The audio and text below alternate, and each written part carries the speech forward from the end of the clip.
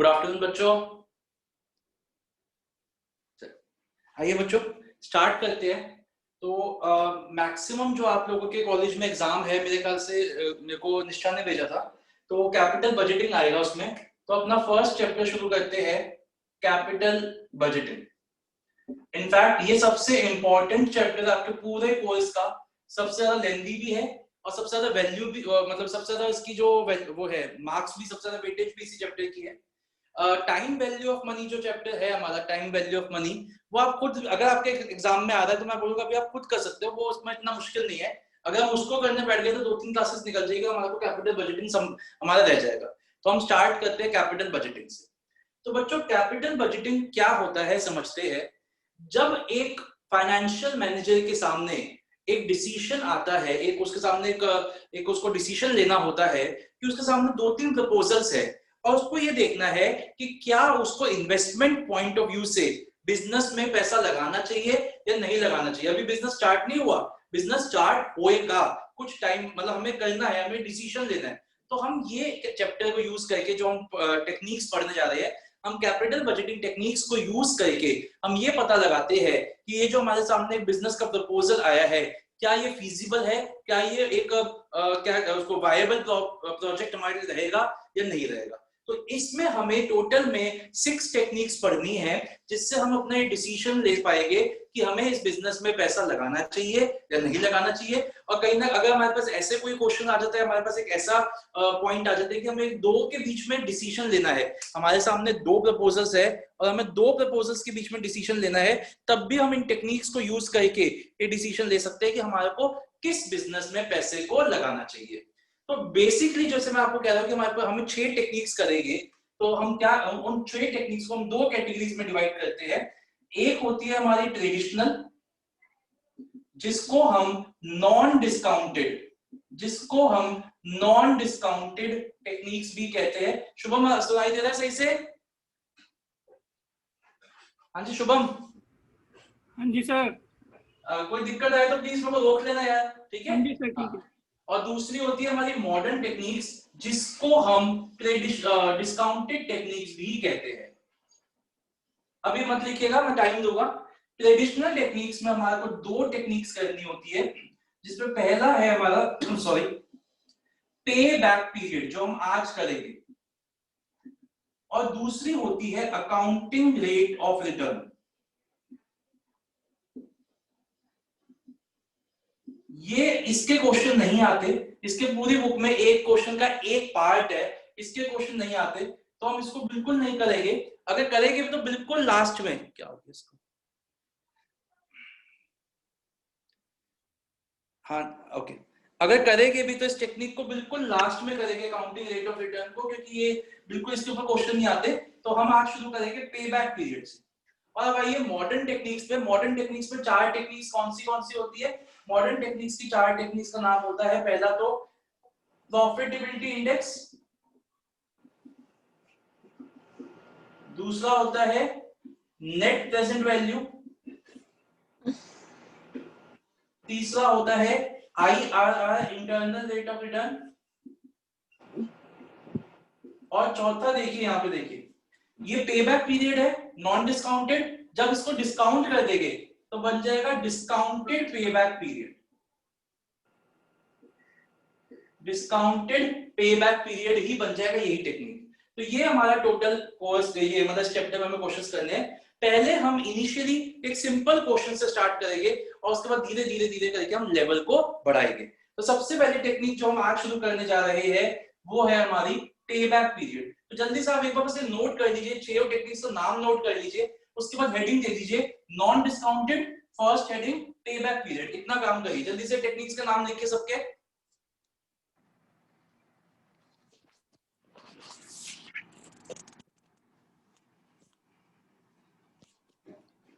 जल्दी से इन सारी टेक्निक्स के नाम लिखिए।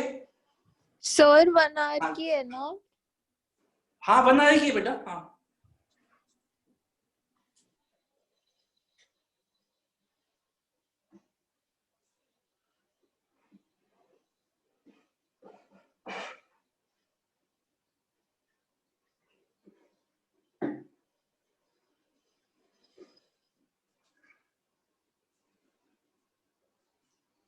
लिख लिए?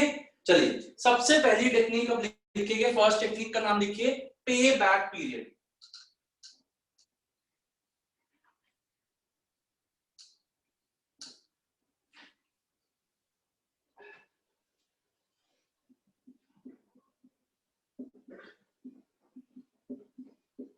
देखो बच्चों अभी अब समझना, पहले अभी कुछ मत लिखना, मैं डिक्टेट कराऊंगा जब मेरे को लिखवाना होगा। अब समझना पे बैक पीरियड का मतलब क्या होगा, नाम से ही समझ आ रहा है कि कितने टाइम में जो मेरी इनिशियल इन्वेस्टमेंट है, जो मैं इन्वेस्ट करने जा रहा हूं प्रोजेक्ट में, कितने टाइम में वो मेरी रिकवर हो जाएगी। तो यहां समझना, मैं लिखना मत। फॉर एग्जाम्पल अगर मैं किसी बिजनेस को स्टार्ट करता हूं 1 लाख रुपीज से इन्वेस्ट करता हूं, ये मेरे आउटफ्लोज है, ये मेरे आउटफ्लोज है 1 लाख रुपीज के, और मैं कहता हूं कि ये बिजनेस चलेगा तो ये हर साल मुझको ऐसे ले लीजिए 20,000 रुपए देगा, मतलब 20,000 की मेरे को इससे कमाई होगी, चलता रहेगा, 20,000 की कमाई होती रहेगी। तो एक बात बताइए, कितने साल में आपके इनिशियली जो आपने 1 लाख रुपए लगाए थे वो कितने साल में कवर हो गए? 5 साल में कवर हो गए। तो इसका मतलब क्या हुआ हमारे, इसकी पेबैक पीरियड क्या हो गया?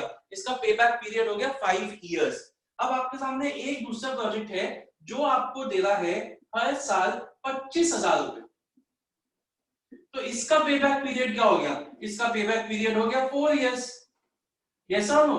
तो अगर आपके सामने प्रपोजल्स, 2 प्रपोजल्स है, आपको किसी भी पहले एक प्रपोजल में इन्वेस्ट करना है, तो all other things kept constant, और किसी चीज को ना देखते हुए अगर हमें इसी बेसिस के ऊपर डिसीजन लेना है कि किससे हमारी रिकवरी जल्दी होगी, तो आपका डिसीजन क्या होना चाहिए? प्रोजेक्ट बी, क्योंकि उसमें हमारा पेबैक पीरियड जो है वो 4 इयर्स है, और प्रोजेक्ट ए जिसमें 5 इयर्स है वो उससे कम है। तो अगर हमारे को सिर्फ इस बेसिस पे डिसीजन लेना है कि किस प्रोजेक्ट में हमारी रिकवरी जल्दी हो रही है, तो हम कौन से बिजनेस में इन्वेस्ट करना पसंद करेंगे? Project B. ये बात समझ में आई हमने कैसे निकाला पेबैक पीरियड? यस और नो?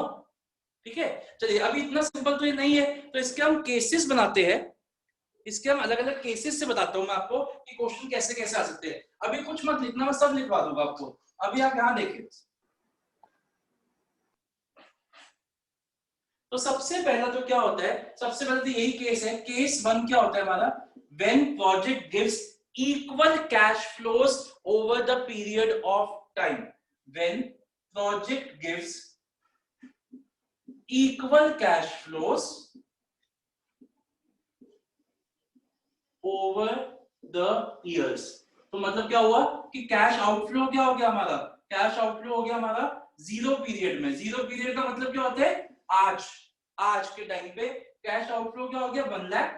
और मान लीजिए कैश इनफ्लोज होएंगे मेरे 1 to 6 इयर्स तक 30,000 के कैश इनफ्लोज होएंगे।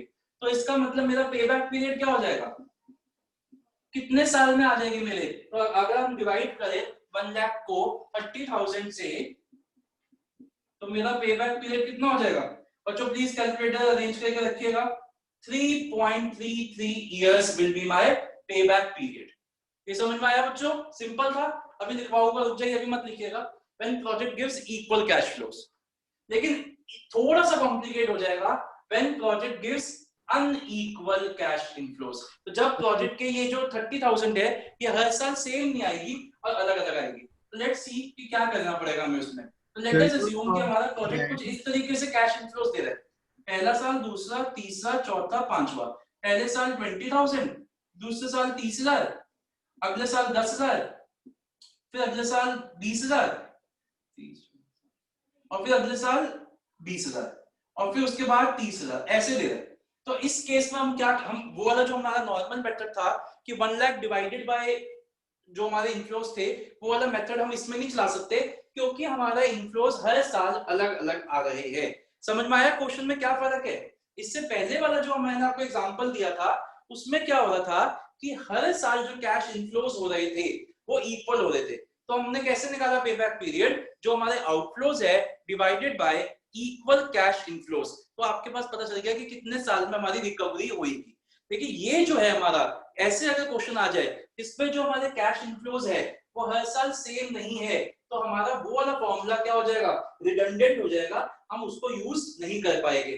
तो इसके लिए हमें क्या करना पड़ेगा, इसके लिए हमें टेबल बनानी पड़ेगी और उस टेबल के 3 कॉलम्स होंगे, यहां देखिएगा उस टेबल के 3 कॉलम्स होंगे जिसकी हेडिंग होगी statement showing calculation of cumulative cash inflows, statement showing calculation of cumulative cash inflows, और इस टेबल के 3 कॉलम्स होंगे, पहला ईयर, दूसरा कैश इनफ्लोस और तीसरा क्यूमुलेटिव कैश इनफ्लोस। 1 2 3 4 5 6, पहले साल 20,000, दूसरे साल 30,000, फिर 10,000, फिर 20,000, फिर 20,000 और फिर 30,000। अब हम क्या करना शुरू करेंगे, अब हम इनको क्यूमुलेट करके लिखेंगे। क्यूमुलेट मतलब पता है आपको, ऐड करके लिखेंगे। तो पहले साल 20,000 आ गया, अगले साल 50,000 हो गया, फिर 60,000 हो गया, फिर 80,000 हो गया, फिर 80,000 सॉरी 1 लाख हो गया, और फिर 1,30,000 हो गया। अब एक बात बताइए, जो मेरे आउटफ्लोस थे 1 लाख, क्या वो एग्जैक्टली कहीं आ रहे हैं? यस आ रहे हैं, वो एग्जैक्टली आ रहे हैं। कितने साल पे आ रही है? 5 इयर्स। तो इसका मतलब मेरा पे बैक क्या हो गया? पे बैक पीरियड इज 5 इयर्स। यहां तक बात समझ में आई सबको? मुस्कान समझ में आया? Yes sir. निष्ठा समझ में आ रहा है? सर अगर नहीं आए टेबल में से एग्जैक्ट तो? बहुत अच्छा है, तो वो केस 2, ये भी मैंने केस 2 है ना, वो केस 3 बना रहा हूं। निष्ठा नेक्स्ट केस वही है जब ये इक्वल एग्जैक्टली नहीं आएगा।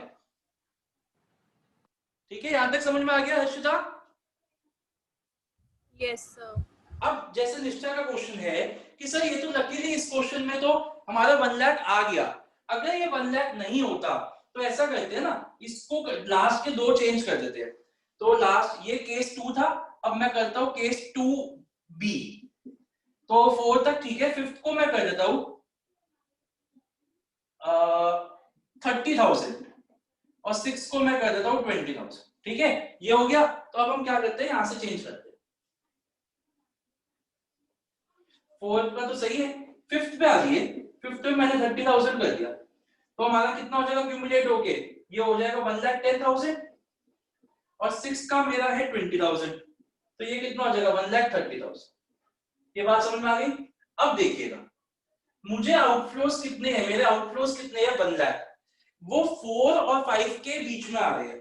मेरे जो आउटफ्लोस है 1 लाख के, वो 4 और 5 के बीच में आ रहे हैं, यहां देखिएगा। ठीक है ना, कहीं इन दोनों के बीच में आ रहे हो। तो हम क्या करेंगे, 80,000 और 1,10,000 के बीच में यहां पे मैं लिख लूंगा 1 लाख, जो मुझको चाहिए। मैंने 80,000 और 1,10,000 के बीच में 1 लाख लिख लिया, जो मुझको चाहिए। और मैं क्या करूंगा, इंटरपोलेशन करूंगा। कैसे की जाती है वो मैं आपको बता दूं। बेटा प्लीज अपने बुक में से मत करना इस टॉपिक को, क्योंकि बुक में इंटरपोलेशन अलग अलग तरीकों से कर रखी है। मैं आपको इंटरपोलेशन का सिर्फ और सिर्फ एक तरीका सिखाऊंगा, और पूरे फाइनेंशियल मैनेजमेंट बुक में चैप्टर्स में यही तरीका हम यूज करेंगे। बुक में हर चैप्टर के हिसाब से अलग कर रखी है। तो देखिए, अब अगर मैं अपने पेबैक पीरियड की बात करूं, तो मेरा पेबैक पीरियड क्या हो गया, 4 साल तो है ही, 4 और 5 के बीच में है कहीं, तो मैंने लिख लिया 4 इयर्स, प्लस मुझको चाहिए क्या, मुझको चाहिए 1 लाख, और उससे पहले 4 जो लोअर लिमिट है 4 वाले का कितना है 80,000, डिवाइड किया जो 5th वाले का आ रहा है क्यूमुलेटिव, कितना आ रहा है 1,10,000, और जो 4 वाले का कितना है 80,000। इसको मल्टीप्लाई करना होता है 4 और 5 के बीच में कितने सालों का फर्क है। 4 और 5 के बीच में 1 ईयर का फर्क है, तो 1 से। अगर हम 4 और 6 को कर रहे होते तो 2 आ जाता, अगर हम 4 और 7 को कर रहे होते तो 3 आ जाता। तो जितने दो जो हमने लिए हैं 4 और 5, उनके बीच में जितना फर्क है उससे हमने मल्टीप्लाई कर दिया। तो अब ये कितना आ जाएगा, is equal to 4 years plus, आइए कहते हैं इसको 20/30। सर एक बार फिर से बताओ, 4 आपने लिया है अपर वाला जो ईयर होता है, एक मिनट निष्ठा, एक मिनट रुक जाओ, मैं बताता हूँ आपको, फिर से पूरा बताऊंगा, एक मिनट।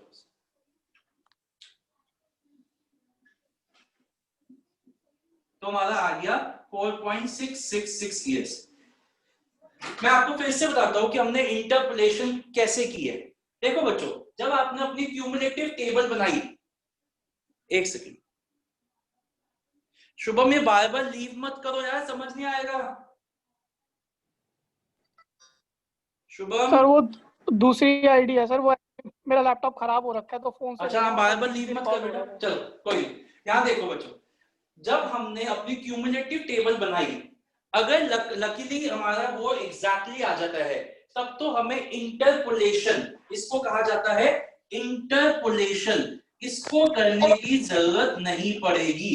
लेकिन अगर ऐसा नहीं होता तो हमें इंटरपोलेट करना पड़ेगा। तो कैसे किया जाता है इंटरपोलेट? इधर देखिए टेबल में, आप ये देखिए कि आपको जो वैल्यू चाहिए, हमें ये वैल्यू सर्च करनी थी, आपको जो वैल्यू चाहिए वो किन दो वैल्यूज के बीच में आ रही है। तो मेरा ये जो 1 लाख है, ये मेरा 1 लाख किन दो वैल्यूज के बीच में आ रहा है इस टेबल पे? 80,000 और 1,10,000। तो मेरा ये जो 1 लाख है वो मेरा 80 और 1 लाख के बीच में आ रहा है। तो मैंने 80 और 1,10,000 के बीच में मैंने अपना 1 लाख लिख लिया और ऐसा एक एरो बना दिया। इससे मेरे को ये पता चल गया कि मेरा पेबैक पीरियड 4 साल से ज्यादा होएगा और 5 साल से कम होएगा। आई रिपीट, इससे मुझे ये पता चल गया कि मेरा पेबैक पीरियड 4 साल से ज्यादा होएगा और 5 साल से कम होएगा।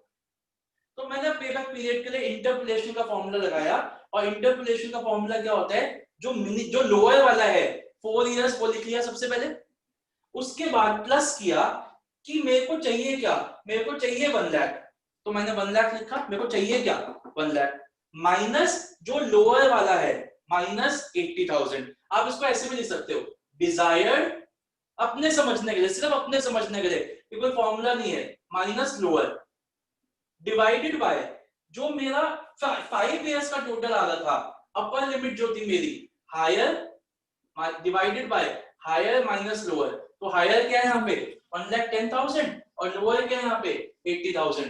तो 1,10,000 माइनस 80,000, ये हमारा फॉर्मूला होता है इंटरपोलेशन का। ये हो गया। इनटू किससे करना होता है? इनटू करना होता है जो आपने दो वैल्यूज लिए उनके बीच में कितना डिफरेंस है। तो मैंने दो वैल्यूज लिए, एक 4 वाली लिए, एक 5 वाली लिए, इन दोनों के बीच में 1 का डिफरेंस है, साल वाली नहीं, हमें 1 का डिफरेंस है। अगर मैं 3 और 5 लेता तो 2 का हो जाता, अगर मैं 3 और 6 लेता तो 3 का हो जाता, तो इनटू 1 कर दिया। उसके बाद जो भी हमारा आएगा that will be your exact पे बैक पीरियड। निष्ठा समझ में आया? हाँ जी। वत्सल आपको? Yes sir. मनन को? सबको समझ में आ गया? ऋत्विक सबको? Yes sir. चलिए, शुभम आपको भी ना? हाँ जी सर। ठीक है, चलिए बच्चों, अब हमें ये तो मैंने आपको एग्जांपल से समझाया ना। आइए इतना पहले मैं आपको नोट, मैं डिक्टेट कर रहा हूं, आप मेरे साथ नोट करिए, फिर हम इसके क्वेश्चंस करेंगे बुक में से। ठीक है, तो जल्दी से पहले हेडिंग दीजिए, कैपिटल बजटिंग की दे ही चुके आप। उसके बाद अब आप लिखिए सबसे पहले पेबैक पीरियड। सर बुक नहीं मिल रही। क्या बात कर रही हो बेटा? कहाँ रहती हो आप? कहाँ रहती हो? Engineers enclave. इंजीनियर्स एनक्लेव में रहती हो ना? रानी बाग चली जाओ, गुप्ता डिपो वाले के पास है, मैं उसको पता देख के आया हूँ 2 दिन पहले। जा सकती हो रानी बाग? हाँ जी। रानी बाग में जो गुरुद्वारे वाली लाइन है वहां मिल जाएगी गुप्ता बुक डिपो की। और किसी को कोई प्रॉब्लम आ रही है? सर नहीं है अवेलेबल वहाँ पे। मुस्कान, गुप्ता की नहीं है ये बुक? नहीं बेटा मैं अभी ट्यूसडे को तो पूछ के आया हूँ। तो मैंने आज सतीजा से मंगाई थी। सतीजा के है? एक तो थी। बेटा ऐसा है कि अगर सतीजा है तो आप सतीजा का नंबर शेयर कर देना, क्योंकि बुक के बिना तो कुछ करेंगे कैसे, करोगे बुक के बिना बताओ। चलो मैं इस चैप्टर की तो फोटो भेज दूंगा आपको, इस चैप्टर की फोटो मैं डाल दूंगा, लेकिन आगे तो चाहिए ना। हाँ जी सर, अभी नहीं मिली वो, मैं सरस्वती विहार भी चेक किया था, आज मिल नहीं रही थी। आप एक बार रानी बाग में भी पता कर लो, और अगर नहीं हो तो उनको ऑर्डर लिखवा दो कि हमारे को ऑर्डर पे मंगवा दो। मैं इस चैप्टर की फोटोज में आपको शाम तक डाल दूँ, ठीक है, अपना, जिससे आपका अपना इंटरनल का हो जाएगा। चलिए बच्चों लिखना शुरू करिए, और अगर ऑनलाइन आ रही है तो ऑनलाइन मंगवा लो।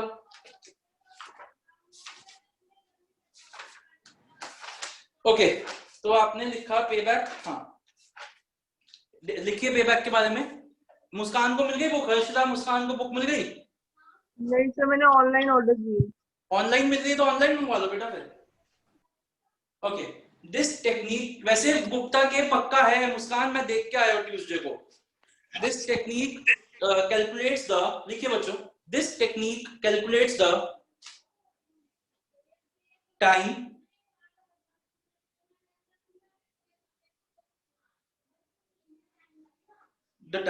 in which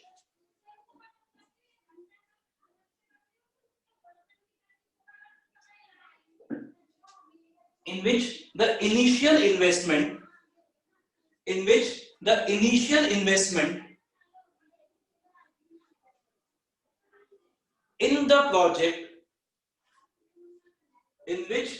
initial investment in the project will be recovered.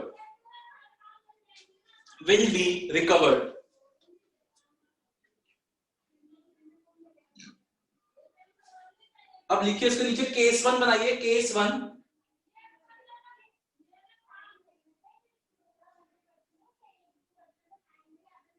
When case 1 लिखिए, when cash inflows are equal,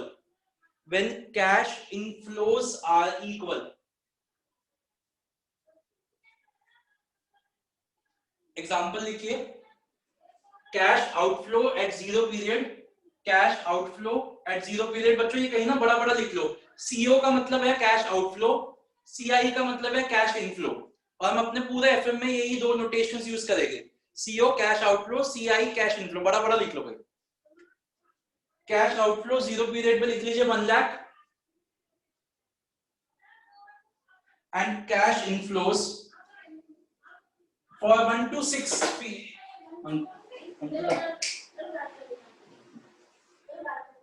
cash inflows for 1 to 6 period, 1 to 6 years या पीरियड कुछ भी लिख लो, 25,000 each, 25,000 each इक्वल है। तो नीचे फॉर्मूला लिखिए, payback period is equal to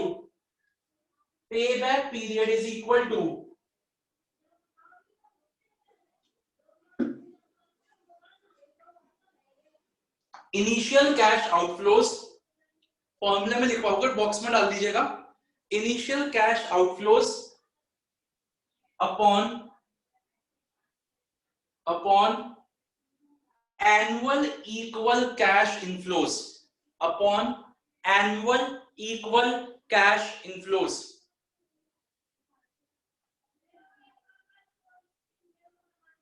ये फॉर्मूले में शेप में डाल दीजिए, नेक्स्ट लाइन में लिखिए, हमारे क्वेश्चन में क्या था, 1 lakh divide by 25,000 is equal to 4 years, 1 lakh divided by 25,000 is equal to 4 years.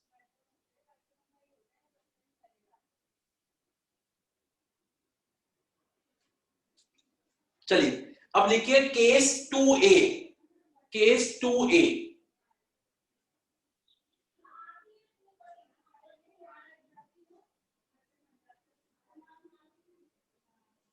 when project gives cash inflows that are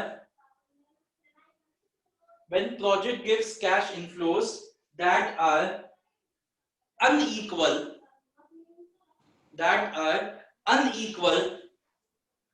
over the life of the project,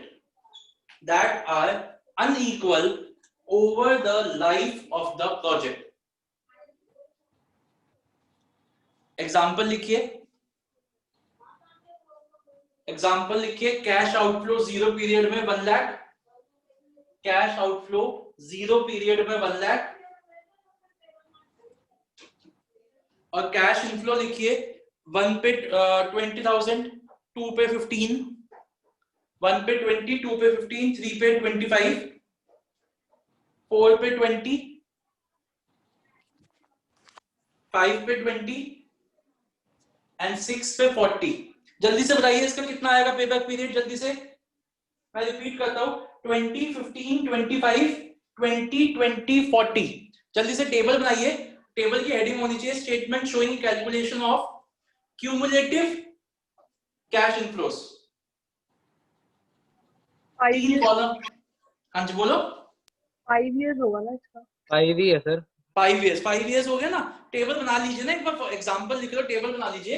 जैसे इससे पता चल जाएगा ना आपने क्यूमुलेटिव करना है, टेबल बना लीजिए, टेबल बना के टोटल करके बताइए क्यूमुलेटिव 5 इयर्स, बिल्कुल सही है।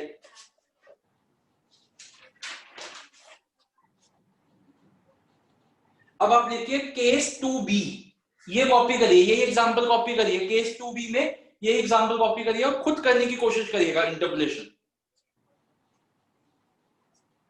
यही एग्जांपल कॉपी करिए 20 30 10 20 30 20।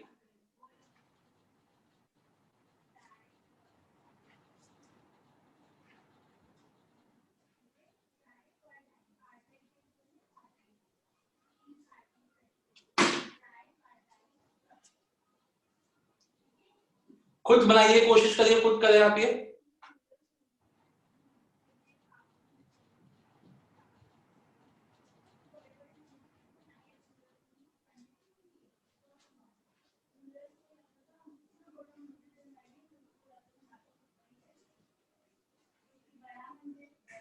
बताइए कितना आया?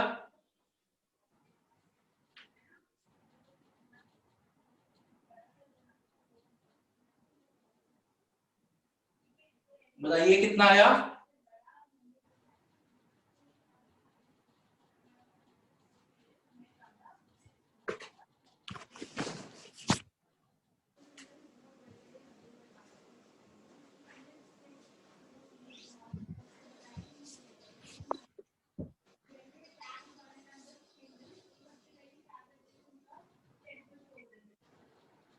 $4.66 आया,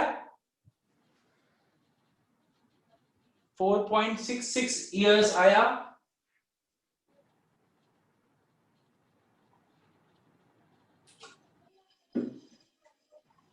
रचिता हो गया? No sir. बताइए कोई दिक्कत आ रही है? नहीं सर, कर रही हूँ।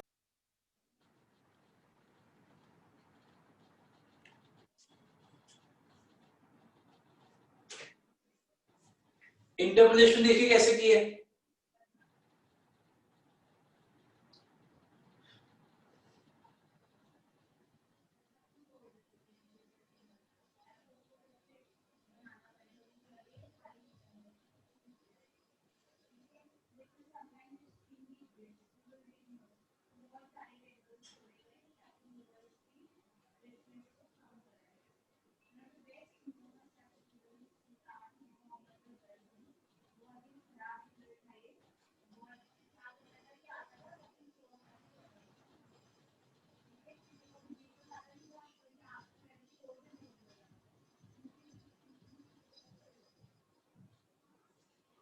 हो गया?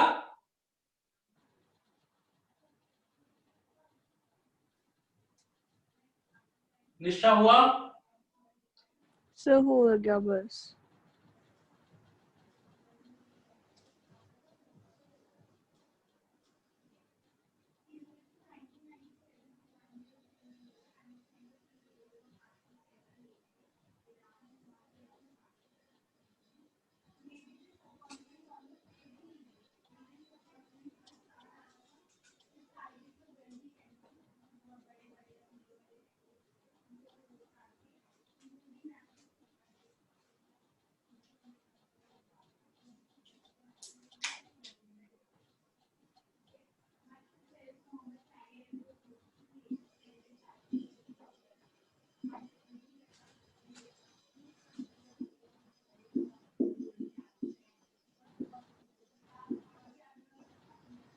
हो गया बच्चों?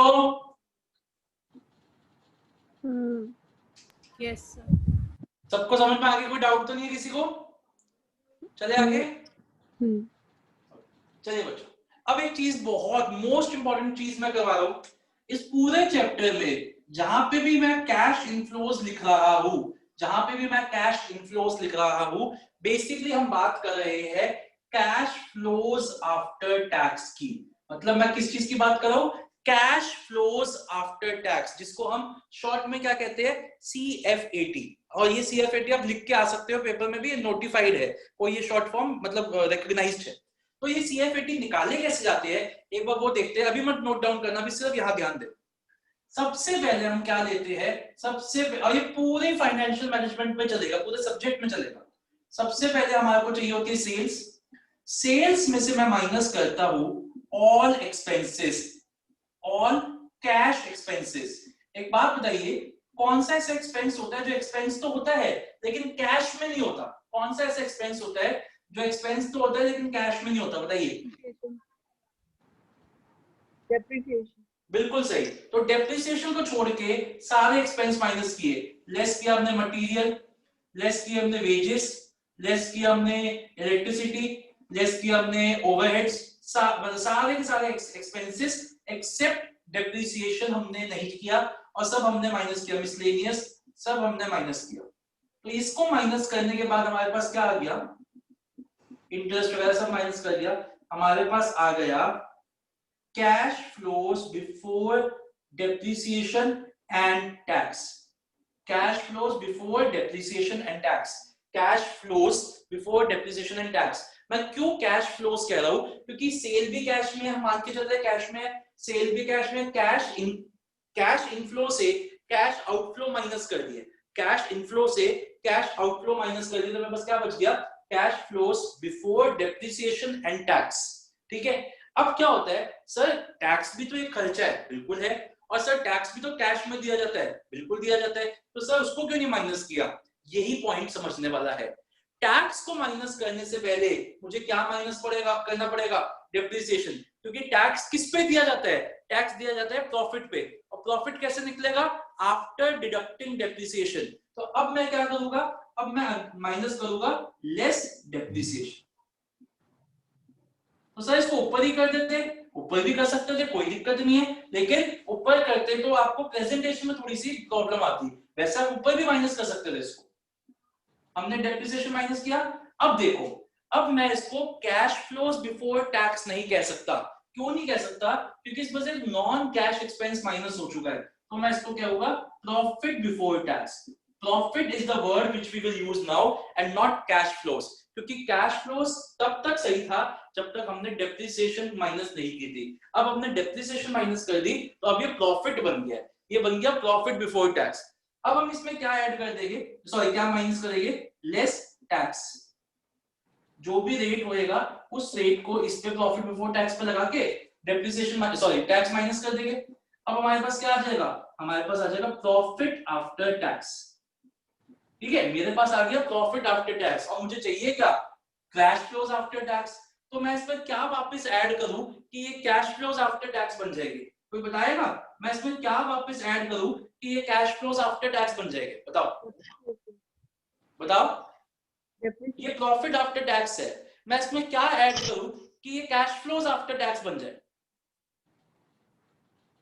बताओ, सोचो।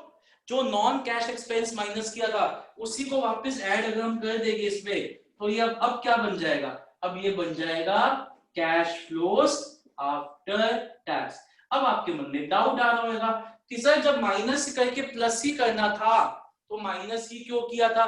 माइनस सिर्फ और सिर्फ ये टैक्स का अमाउंट निकालने के लिए किया था, क्योंकि टैक्स का अमाउंट निकलता है प्रॉफिट पे, और प्रॉफिट निकलता है डेप्रिसिएशन को माइनस करने के बाद। ये टॉपिक वेरी वेरी इंपॉर्टेंट है। बताइए समझ में आया कि नहीं आया? अच्छे से बताइए, सोच के बताइए, समझ में आया कि नहीं आया? आ गया समझ में? एक बार फिर से समझाता हूं। पूरे चैप्टर फाइनेंशियल मैनेजमेंट में जहां पे भी वर्ड मैं कैश इनफ्लो यूज कर रहा हूं, बेसिकली मैं बात कर रहा हूं कैश फ्लोज आफ्टर टैक्स की। कैश फ्लोज आफ्टर टैक्स कैसे निकाले जाते हैं वो मैंने आपके सामने एक स्टेटमेंट बनाई है। सबसे पहले हमने सेल्स लिया, सेल्स में तो हमने सारे खर्चे माइनस कर दिए। अगर आप चाहते तो आप डेप्रिसिएशन में यहाँ पे भी माइनस कर सकते थे, तो आपके ये दोनों कॉलम बच जाते। आप सेल्स माइनस ऑल एक्सपेंस करके सीधा पीबीटी पे आ जाते।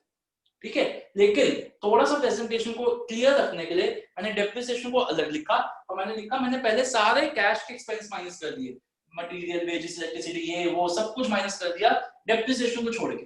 तो सेल्स में से मैंने जब सारे खर्चे माइनस किए तो मेरे पास आ गया cash flows before depreciation and tax. Cash flows before depreciation and tax, ये आ गया। फिर मैंने इसमें से डेप्रिसिएशन माइनस कर दिया, क्योंकि मेरे को टैक्स माइनस करना है, तो मैंने डेप्रिसिएशन माइनस कर दिया, तो मेरे पास आ गया प्रॉफिट बिफोर टैक्स। अब इस प्रॉफिट बिफोर टैक्स में से मैंने जो भी रेट दे रखा होगा क्वेश्चन में टैक्स का, वो टैक्स का रेट माइनस टैक्स लगा के माइनस कर दिया, तो मेरे पास आ गया प्रॉफिट आफ्टर टैक्स। अब इस प्रॉफिट आफ्टर टैक्स में वही डेप्रिसिएशन जो पहले माइनस की थी वही ऐड कर दी, तो मेरे पास क्या आ गया, कैश फ्लोज आफ्टर टैक्स। बताइए समझ में आई ये बात कि नहीं आई? सबको अच्छे से समझ में आ गई ये टॉपिक? Yes sir. ये जल्दी से इसको नोट डाउन करिए, as it is note down करिए जैसे मैंने किया, फॉर्मेट उसको अच्छे से बॉक्स में डाल लीजिए क्योंकि ये बहुत जगह पे यूज हो रहा है।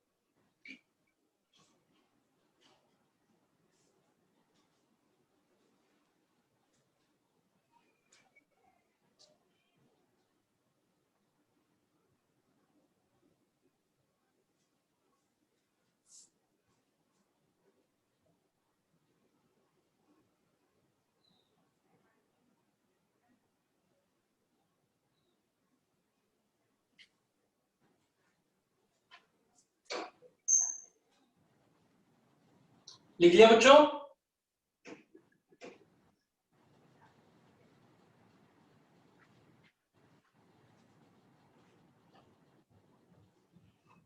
चलिए बच्चों शुरू करते हैं। आपके पास बुक तो नहीं है तो किसके पास बुक है एक बार बताइए, किसके पास बुक है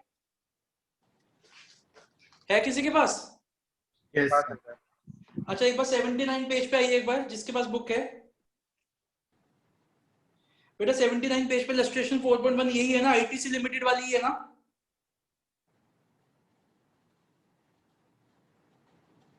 बताओ 79 पेज पे आईटीसी लिमिटेड वाली है ना वत्सल? Yes sir. या इसकी फोटो सिर्फ क्वेश्चन की थोड़ी सी फोटो खींच के एक बार ग्रुप पर डाल दो व्हाट्सएप पे। चलिए सब बच्चों इस क्वेश्चन को पढ़ेंगे, सब बच्चे देखिए क्वेश्चन आगे होगा आपके ग्रुप पे।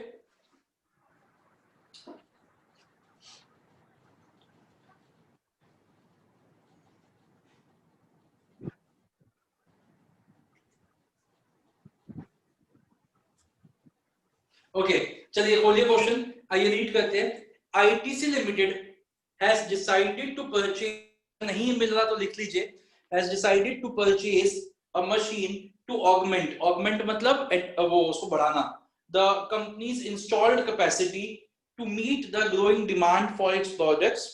There are 3 machines used under consideration of the management. The relevant details including estimated yearly expenditure and sales are given below. All sales are on cash. उन्होंने लिख दिया है, अगर नहीं भी लिखते तब भी हम यही एज्यूम करते कि सारी सेल्स कैश पे ही हो रही है। Corporate tax is 30%। तो आपको बता दिया मशीन 1 तीनों के इन्वेस्टमेंट 3 लाख है। देखो अगर मेरे को एक क्वेश्चन मेरे को 3 मशीन्स कंपेयर करनी है और तीनों की इन्वेस्टमेंट ही अगर अलग अलग होगी तो वो तो फिर कंपेरेबल ही नहीं है। हम उन्हीं 3 चीजों को तो कंपेयर कर सकते हैं जिनकी बेस सेम हो। तो तीनों की इन्वेस्टमेंट सेम है, 3 लाख की है। देखिए उसके बाद बताया कि पहली मशीन से हमारी जो सेल्स होगी वो 5 लाख की हो सकती है, दूसरे से 4 की, तीसरे से 4.5 की। फिर मटेरियल दे रखा है, लेबर दे रखी है, फैक्ट्री ओवरहेड्स दे रखी है, एडमिनिस्ट्रेशन कॉस्ट दे रखी है और सेलिंग एंड डिस्ट्रीब्यूशन एक्सपेंसेस दे रखे हैं। ठीक है, उसके बाद उन्होंने बताया कि economic life is first machine की 2 साल है और दूसरी मशीन की 3 साल है। 3 years प्रोसेस। अदर सेकंड और थर्ड मशीन की 3 साल है। स्क्रैप वैल्यू भी दे रखी है और आपको बताना है कि कौन सा मेथड पेबैक के लिए सबसे अच्छा है। तो बच्चों एक बात बताइए, डेप्रिसिएशन कैसे निकालोगे इसमें? आप कोई हिंट दिया है उन्होंने डेप्रिसिएशन निकालने के लिए? डेप्रिसिएशन कैसे निकलेगा? कौन सा मेथड लगेगा? एसएलएम या डब्ल्यूडीवी? बताइए ऋत्विक बताओ। सर एसएलएम लगेगा। तो बच्चों एक बार जल्दी से मैं आपको एक मशीन की बता रहा हूं, आप आगे का आप करोगे, मैं मशीन 1 का आपको करके दिखाता हूं। तो मशीन 1 जो है सेल्स कितनी दे रखी है मशीन 1 की? सेल दे रखी है मशीन 1 की 5 लाख। उसके बाद आज जो माइनस करते हैं मटेरियल दे रखा है 40,000, लेबर 50,000, फैक्ट्री ओवरहेड 60,000 और एडमिनिस्ट्रेटिव कॉस्ट 20,000 और सेलिंग एंड डिस्ट्रीब्यूशन कॉस्ट 10,000। तो ये कितना आ जाएगा बताइए? 5 लाख में से सब कुछ माइनस किया तो ये आपका आ जाएगा 3,10,000। अब हमें निकालनी है डेप्रिसिएशन। तो डेप्रिसिएशन फर्स्ट मशीन की कैसे निकलेगी? तो डेप्रिसिएशन निकलेगी फर्स्ट मशीन की, हमारी क्या होती है? फॉर्मूला क्या होता है? ओरिजिनल कॉस्ट 5 लाख माइनस जो हमारी स्क्रैप वैल्यू है, स्क्रैप वैल्यू कितनी है फर्स्ट मशीन की? 40,000 और लाइफ कितनी है फर्स्ट मशीन की? 2 इयर्स। तो 5 lakh minus 40,000 divide by 2 years कितना आ जाएगा? 5 लाख माइनस 40,000 डिवाइड बाय 2, तो ये आ गया 2,30,000। तो पहले मशीन की जो डेप्रिसिएशन आई है वो कितनी आ गई हमारी? Life of like the economic life of, sorry 3 lakh है, मैंने गलत लिख दिया, 3 लाख है। 3 लाख माइनस 40,000 डिवाइड बाय 2, 1,30,000। ये डेप्रिसिएशन आ गई समझ में? तो इसके बाद हमने माइनस किया 3,10,000 माइनस 1,30,000, 180 आ गया। अब टैक्स कितना दे रखा है? टैक्स इज 30%, तो इसका 30% कितना होता है? 54,000। इसका 30% कितना होता है? 54। इस 54 को माइनस किया हमने वापस इसमें से, तो 1,26,000 आ गया और इस पे वापस हमने क्या ऐड कर दिया? 1,30,000। तो हमारे पास पहले मशीन का कितना आ गया? 256,000 हमारे पास इसकी वो आ गई 50, सॉरी 30% तो गलत किया क्या मैंने? ये 5 लाख की सेल्स, हाँ ठीक। चलिए समझ में आया बच्चों आपको? हाँ जी, सबको समझ में आ गया? मुस्कान, हेलो, हाँ बताओ। एक बार फिर से बता दो सर। फिर से बता दो, चलो फिर से बताता हूँ। सबसे पहले हमने सेल्स लिख ली 5 लाख की, उसके बाद हमने सारे कैश एक्सपेंस माइनस कर दिए, मटेरियल माइनस कर दिया, वेजेस माइनस कर दी, इलेक्ट्रिसिटी जो भी दे रखे थे, डिस्ट्रीब्यूशन एक्सपेंस दे रखे थे, मैनेजमेंट एक्सपेंस दे रखे थे, सारे माइनस कर दिए। ये सब माइनस करने के बाद हमारे पास आ गया 3,10,000, सॉरी 3,10,000 नहीं आएगा, मैंने उसका गलत कॉपी किया है। जो आएगा वो जो माइनस किया वो आ जाएगा। उसको हमने डेप्रिसिएशन माइनस करनी है। अब डेप्रिसिएशन कैसे निकालते हैं? आपको याद ही होगा, एसएलएम का फॉर्मूला क्या होता है? Original cost minus scrap value upon life. तो पहली मशीन कितने की है? पहली मशीन है 3 लाख की, 3 लाख माइनस स्क्रैप वैल्यू कितनी है? 40,000 स्क्रैप वैल्यू है, तो 3 lakh minus 40,000 divide by life कितनी है? 2 इयर्स डिवाइड बाय 2 इयर्स। ये हमारी पहली मशीन की डेप्रिसिएशन आ जाएगी। ये डेप्रिसिएशन कितनी आई? 1,30,000 आई। तो आपका जो भी आया था cash flows before depreciation and tax, उसमें से आपने 1,30,000 माइनस किया, आपके पास आ जाएगा कैश प्रॉफिट बिफोर टैक्स। इसमें से आपने टैक्स माइनस किया, 30% का रेट दे रखा है, तो जो आपके प्रॉफिट बिफोर टैक्स आए उसका 30% लगा के आपने टैक्स माइनस कर दिया, तो आपके पास आ गया प्रॉफिट आफ्टर टैक्स। और इस प्रॉफिट आफ्टर टैक्स में आपने फिर से अपनी डेप्रिसिएशन को ऐड बैक कर दिया 1,30,000 को, तो आपके पास आ गया कैश फ्लोज आफ्टर टैक्स। बताइए समझ में आया? हाँ जी समझ में आया मनन? हाँ सर आ गया। जल्दी से एक बार कैश फ्लोज आफ्टर टैक्स निकालो तीनों के। कैश फ्लोज आफ्टर टैक्स निकालिए जल्दी से तीनों के।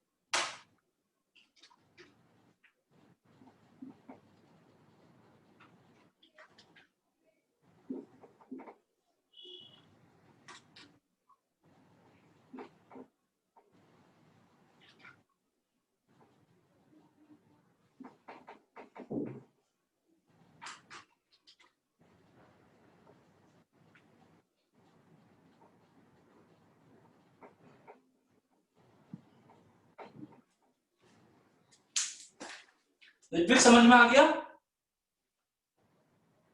Yes, sir. निष्ठा आपको?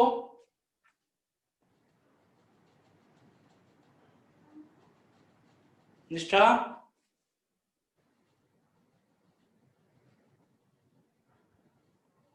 हर्षिता आपको समझ में आ गया? सबको समझ में आ गया?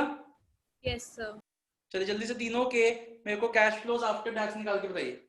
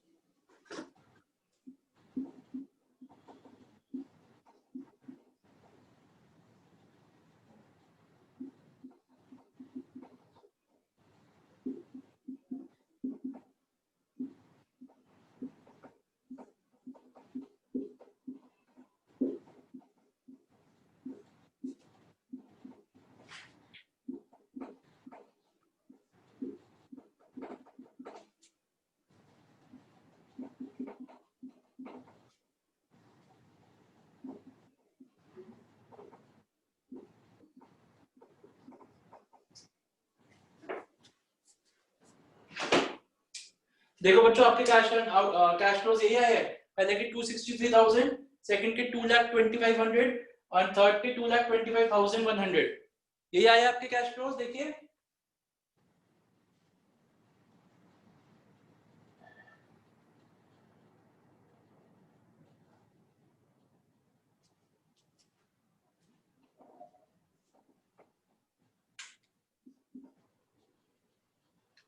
हाँ जी, सबके यही आए कैश फ्लोज।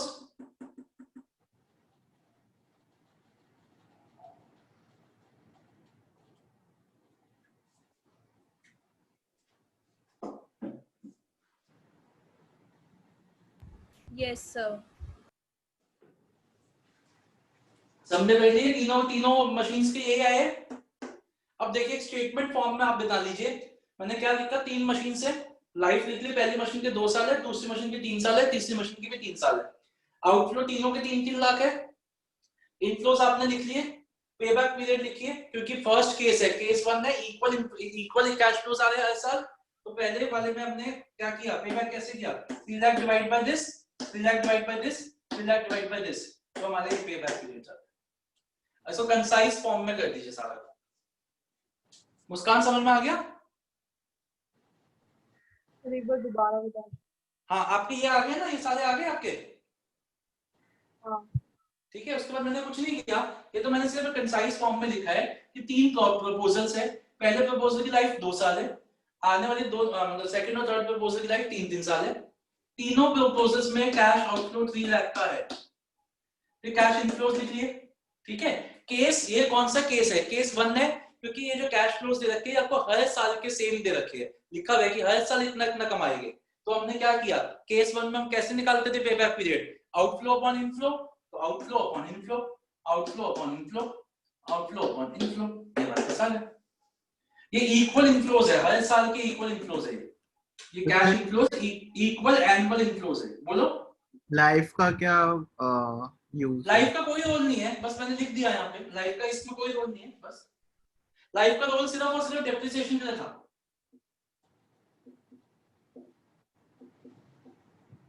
सबको समझ में आया? किसी के मन में कोई डाउट तो नहीं है? आगे बढ़े। चलिए बच्चों देखो, मैं तो थोड़ा आगे आना चाहता हूँ, क्या कर सकते हैं अभी? हाँ जी बोलो। नहीं सर। नहीं सर, यार एक बात बताओ, अगर तुम्हारा 16 तारीख को एग्जाम है, 14 तारीख को, तो कैसे होएगा बेटा? फिर बताओ ना, क्लासेस भी, बुक भी नहीं ले रहे तुम, कैसे करेंगे क्लासेस?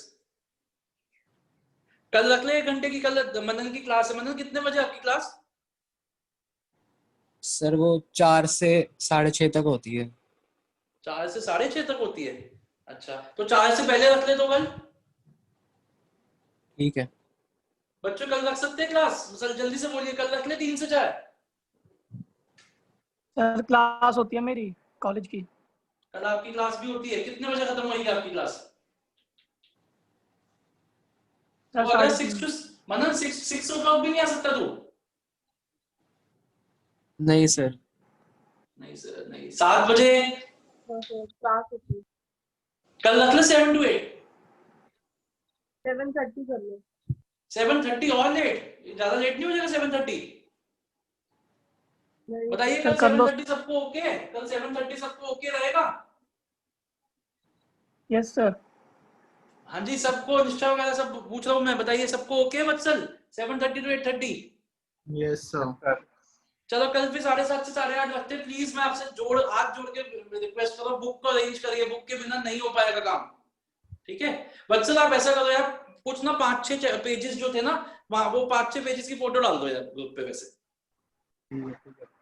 ठीक है? तो चलो कल मिलते हैं 7:30 to 8:30। जिनके पास बुक है या अरेंज अभी भेज रहा है वत्सल, तो आप 4.2 क्वेश्चन करेंगे, इलस्ट्रेशन 4.2 आपका होमवर्क है, ठीक है? कल हम एनपीवी शुरू करेंगे, ओके? तो कल 7:30 to 8:30। Okay, bye bye.